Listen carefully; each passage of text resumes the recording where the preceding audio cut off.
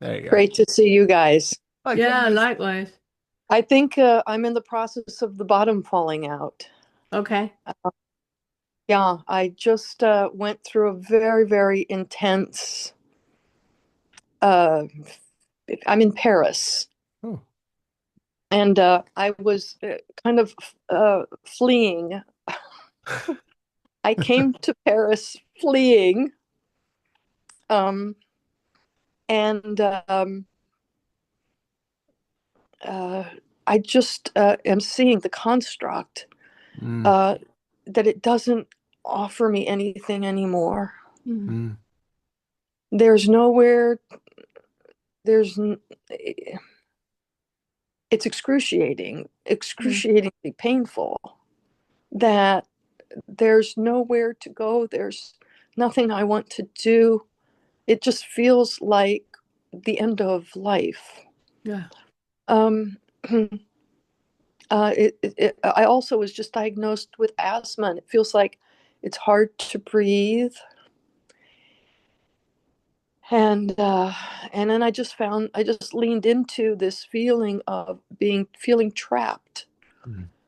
feeling trapped by all of it, and then leaning into that, and then it just opening up into kind of this emptiness that is just quiet. And mm, um,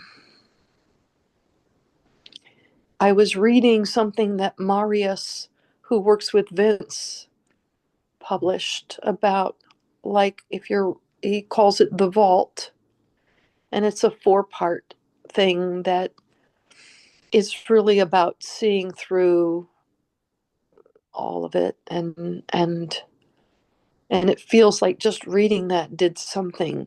So it feels like, in a way, like I came here to die. Mm. It feels like that. Mm. uh, and I've had moments of, like, I know this is going to sound ridiculous, but the highlights of my, I've been here for 3 days, and the highlights have been the connections with Uber drivers. Mm. Mm. I mean, it's been extraordinary with Uber drivers. And and I'm just wanting to really let go further and really just end it, you know, end the relationship with the constructs, with the construct. It, so I was wondering if you could offer something in this regard. Absolutely. Yeah, absolutely. I got tons to say. Absolutely. Um, what it is we experience when you say that you have that feeling of the bottom falling out and there's something that has to die and something has to let go, is that ego construct that we have. And I know that normally when we talk about the ego, it's always framed as a negative thing, but the ego construct is that part that has, clear boundaries. I am here. It's where all the protection mechanism are. It's where all of that I believe me to be. I am a woman. I am wearing a dress. I am married. All of that is within that ego structure.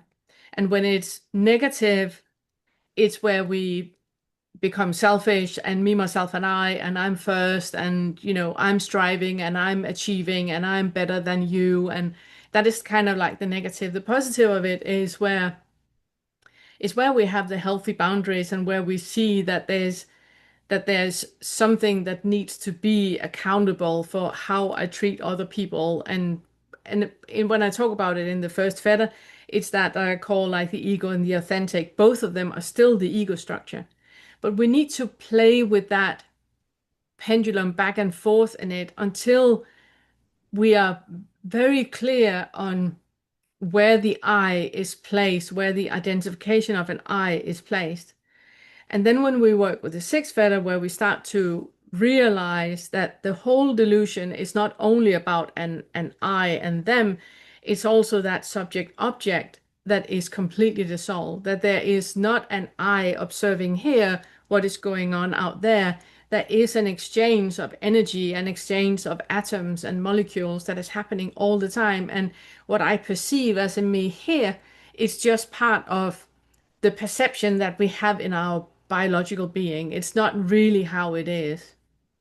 And that leads us into that what I call, the seventh feather, where we work with noticing. The example I use in the curriculum is where, kind of like when you have Google Maps, that you pin yourself on a road and then you can look in a 360-degree around you. Like if you imagine now that you are pinned on Google Maps and you're standing here and you can look in front of you, to the side, behind you, to the side, in front of you.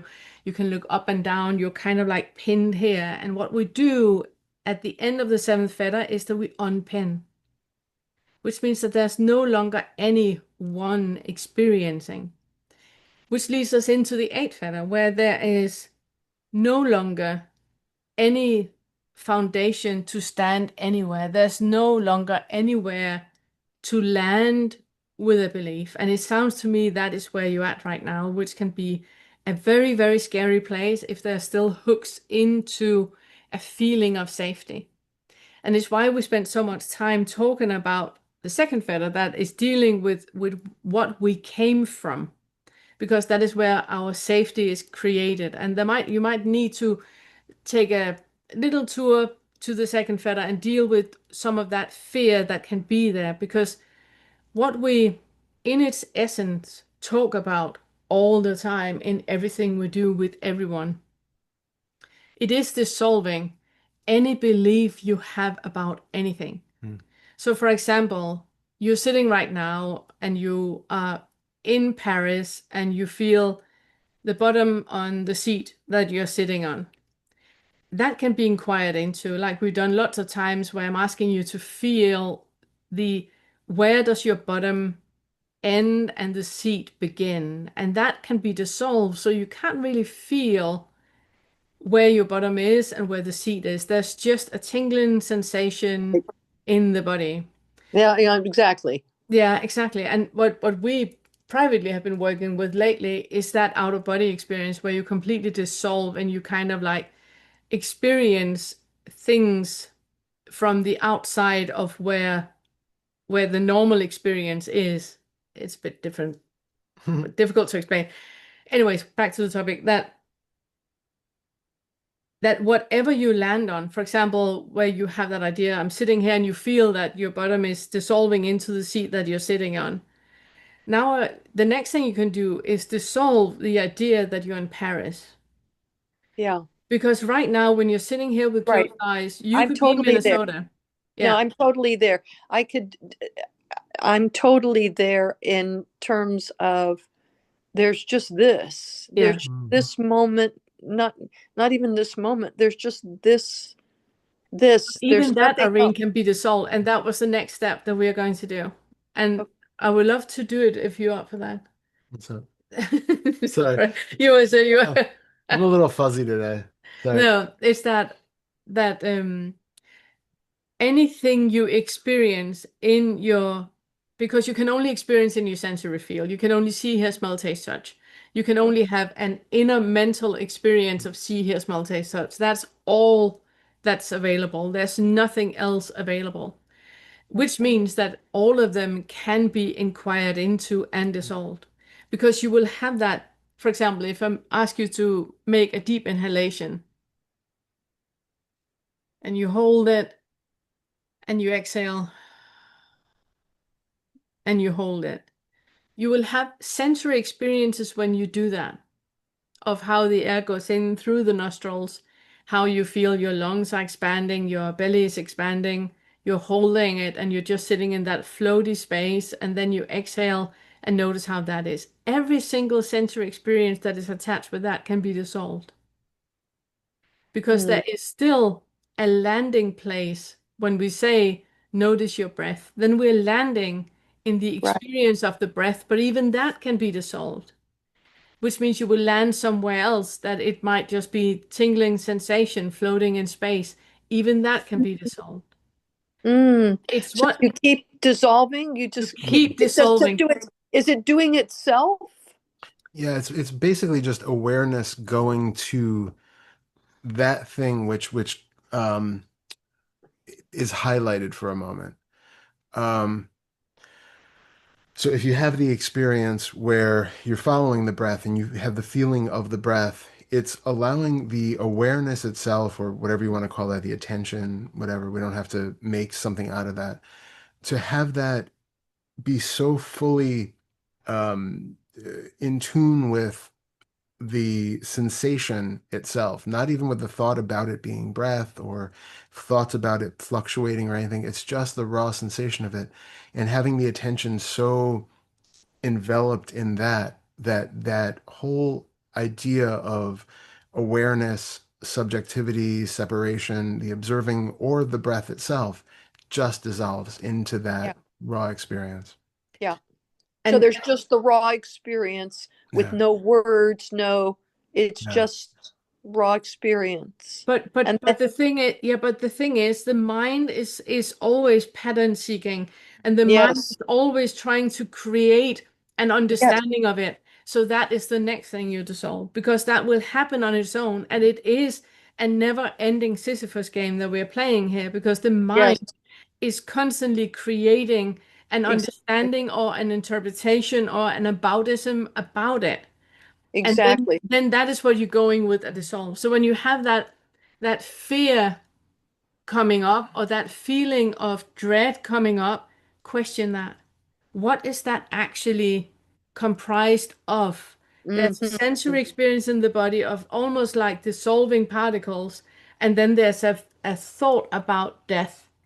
Okay, Yeah, is that thought about death connected with that feeling of particles dissolving? Are those two connected, or did I just make shit up? Hmm. hmm, yeah, You know what I mean? yeah, yep. I wanted to say I I love that you metaphorically fled to a place Yeah. of where you've gotten out of your comfort zone. Yeah. You've Totally. I got to fled to tell a you, place. I could not find my way out of a shoebox. I swear, I Yeah. am navigationless. I don't know how to navigate. And MapQuest and the French language and cigarette smoke everywhere, and I have asthma. I could not be more uncomfortable. And I just keep leaning into it, going, this is where I've been led. And there's this absolute trust in life. I Yeah. absolutely trust life that whatever shows up, it's like, yes, it's all yes, it's all yes. Yeah. It was Yeah, it's yes. It's a wonderful, there's just this surrender to life right now. Yeah. Just a surrender. Just a just a surrender.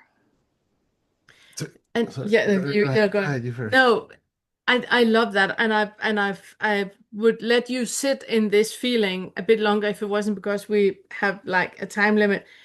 I would like for you to notice surrender from what to what, because there's still a defending and maintaining happening. What is it that you're maintaining by surrendering? Then there is something that is still here, but is surrendering. Even that can be dissolved. Yeah. Do you know what I mean? I Yeah. would love to sit with you a bit longer, holding your hand and letting you be in the experience before giving you this prompt, but here we are. Yes. So Here we do are. you know This what I is mean? Yeah. yeah. And I think just again, just continuing to it just feels like it's just happening. Question the it, Okay. because that is another place you're landing. So so Keep so questioning whenever so you land somewhere. wherever I land, there's Yeah, nowhere to land. There's nowhere to land. exactly. Keep Nowhere questioning to where you land. land, because that is a mechanism in you that is trying to create safety, but there's no need for safety. You're never unsafe. Yes. Yes. Yeah. Yeah. Yeah. And I got to tell you, it got really scary. It got Yeah. really Yeah. scary, really panicky. Like I can't breathe. Like, it got really panicky. Yeah. Yeah. And just like just it's like a dying, Yeah. like a dying. Yeah. Okay, That's I'm why I on was. the yeah.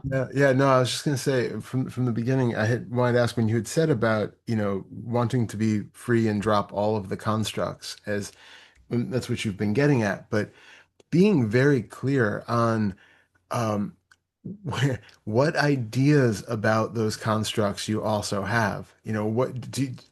If the idea of constructs existing is still there, that itself is another construct. Okay.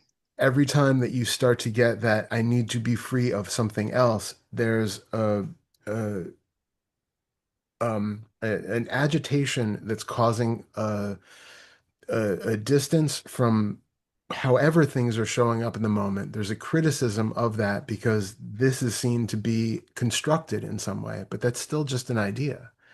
There's an idea which is creating a polarity between how things are and how they should be. And it's still being locked in that idea of that dualistic way of seeing things. So as long as you have an idea that there are constructs that I'm falling in, you can cerebrally initially go through and try to discover, well, what are the ways that you're getting caught every day in something? What are you getting caught in right now that seems like a fabricated construct of the mind that's being believed in? And you can kind of enumerate those so that you have an idea of it, because I mean, you've been on this path long enough, but people who are starting out with it, we don't really know, we don't recognize how constructed the world is that we live in, how much it is our own projection and fabrication. So the more you can kind of highlight those and bring them to sort of the conscious mind and be like, oh yeah, this is not the way it really is. This is not the way it really is. This is not the way it really is. Then the more you're aware of that, then you can start to, like Pernilla was saying, simply begin dissolving these things one by one. And anytime it feels like you've found some new place to stand and you feel stable, then dissolve that too. Mm. And then the entire idea of the constructions and the fabrication has to go too, because there's still an idea that it could be otherwise. Mm. You are always in the construction, right? You are always in the matrix of your own creation. There's no way to get out of the dream that you're in. I said I'm in the middle of writing a book right now, and I used the metaphor in it that the most we can do is to become lucid dreamers. You're never really waking up fully from the dream. You just gain a certain level of lucidity within the dream, and become aware of the fact that this is all your fabrication. Wow. Yeah. Yeah.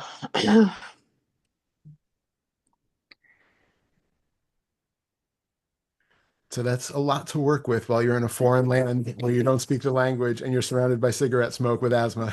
I know. Isn't it perfect? It's so freaking perfect. How long are you going to be there for? Until August 6th. Nice. That was Until wonderful. August 6th. But I keep wanting to escape Paris. I want to go, but I get that. I don't even know like where I don't I I am so lost here. And the hotel is really funky. It's a funky hotel, and anyway, it's just all so uncomfortable. Uh, It's just so uh, uncomfortable. yeah. I went today just to the uh, uh, Gallery Lafayette. It's like this huge, you know, all the designers and this Coppola, and I was just looking at everything and the consumerism and all the people running around. It was like throngs of tourists. And it's like, oh my God, this is so ugly and awful. It's hot and it's all sidewalks and the sirens have that sound. Yeah. It's just all very uncomfortable. And And there's just seeing it, it's kind of like it's like watching it and it's like surreal. Yeah. yeah. Just surreal. It's like all of it is so surreal. And then how do I get out of this department store? Where's the elevator? Where are the escalators? But Where's the stairs? the Anything? crazy thing is that could be New York or Copenhagen or Tokyo or whenever. It's exactly the same. Rent Yeah. a car, find an Airbnb out in a French farm and sit and meditate in the vineyards. But before you Okay, do I'll get that, out of Paris then. It's but okay to get out of Paris? well, yes, but before you do that, make the most of Paris. So Yeah, go back into where it's the noisiest and most she's chaotic and there. filled with tourists. It's But I mean, we're not in your hotel room right now. Go into the middle of, the center of it. And when we talk about the constructs, it's seeing all the ways that you have been primed to mm, believe that consumerism is now bad. Consumerism is now artificial and shallow, and that tourism is just kind of whatever labels you put on tourism, and throngs of people are such and such, and noisy sirens are such and such. Each one of those has a hidden agenda mm, inside of it. There's a bias towards all of it because it's all a concept. We have a swarm of bodies moving from place to place. What they're doing is irrelevant. What the sound is irrelevant. It's all Yeah. our relationship to it and whether I mm. find it to be loud and oppressive or pleasant and calm and soothing. That's entirely up to me and my nervous system. That's entirely based off of the metrics of how I view sound or how I view the activities of other people or the temperature and the comfort of the temperature. All of that is coming from inside. And so there is no inherent nature of any of that, Yeah. good, bad, Right. otherwise. And so Right. those are the constructs that we really want to be aware of that like, oh, I just felt like, I'm really disgusted by the level of rampant consumerism and materialism here. And then oh, That why is, is that? yeah. And Yeah. and also notice what is that pointing to in you, because whatever the popular reality, whatever you see when you have that, oh, all that consumerism, I absolutely hate it. Okay, look at what is that talking about in you. Oh, it's that deflection. When there's something happening, there is a deflection happening, and so I now project on they are deflecting from what is happening in their lives by consumerism, by buying. Okay, what did I just do? I was just deflecting from my uncomfortableness by Yeah. looking at them and saying they have an issue. Yeah. So, Yeah. Yeah. Clearly. yeah. Yes. Yeah. Yeah. So wherever you land, notice where you just landed and question. Yes. Yeah. Yes. That's great. I brought a tiny carry-on. I can't even buy a single thing. They do sell suitcases. I and Not that I'm I just want you to encouraging know, consumerism here. I love clothing. I love clothing. And I was thinking, God, I should bring a big suitcase because I could go to secondhand stores and shop and I prepared with a little suitcase. So there's nothing to buy. It's just so odd, the whole thing, the way it all is playing out. And Yeah. yeah. So thank you so very much. I You're just so want to welcome. Enjoy it. thank you. And it's just wonderful just to be able to tap in here Yeah. with you as Speak I'm with other going people than through Uber this. So drivers. thank you. Yeah. Yeah, well, thank you Yeah. for being here. Thank Thank you so you much. for spending And some. enjoy. Thanks so much. Yeah. All right. Yeah. Bye-bye. Thank you so much. We have created a course of our first Feta material. This course will walk you step by step through all of the ways in which identification is created and selfing happens. If you've been struggling to see through the self-structure or have that first awakening shift, this course contains hundreds of tools to help you discover the selfing mechanisms when they're happening, and then see through the illusion of identification that are created. Along with over 14 hours of videos, this $49 course contains a full book worth of summaries, extrapolations on the videos, written inquiry suggestions, and other text. So work slowly, leave time for integration. This is powerful material and it can be life-changing.